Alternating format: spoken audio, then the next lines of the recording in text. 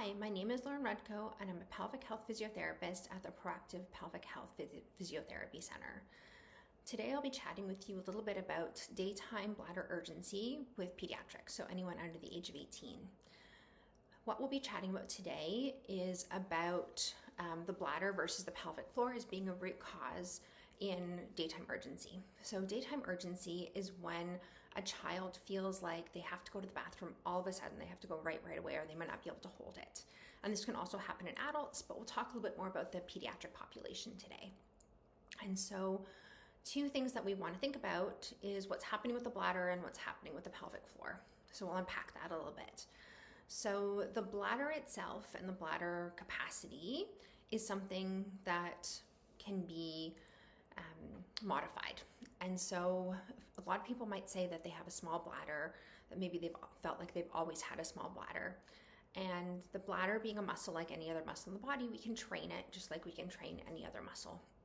And so sometimes things that can make us go to the bathroom more often can actually have a negative feedback loop, so they can train our bladder to feel like it doesn't have to hold more than it needs to hold. And so some things that we need to think about here are if the child is going to the bathroom very frequently, that can train the bladder to actually hold less urine and start giving us signals to go to the bathroom when it's not holding a lot of urine.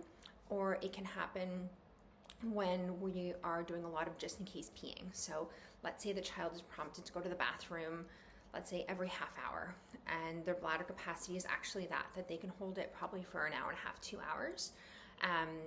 Their body is getting trained to hold less urine, and so that can prompt some urgency in that regard. Some other things that can happen that can have an impact on how the bladder is functioning and can produce urgency are constipation. So if there's a fecal load, if there's a lot of stool that's hanging out just above the bladder, that can confuse the signals or make the bladder able to only hold a certain amount of urine because the stool is pressing down on the bladder. Another thing that we need to think about when it comes to bladder urgency is bladder irritants. And so those are foods or fluids that the child might be eating or drinking that can have an impact on how the bladder is functioning. And so we're thinking about anything spicy, citrus, carbonated or caffeinated.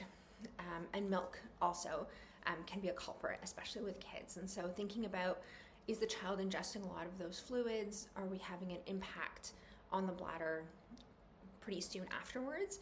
It doesn't mean that we need to exclude all of those things out of the child's diet, but sometimes taking a closer look and making some small tweaks can have a big impact.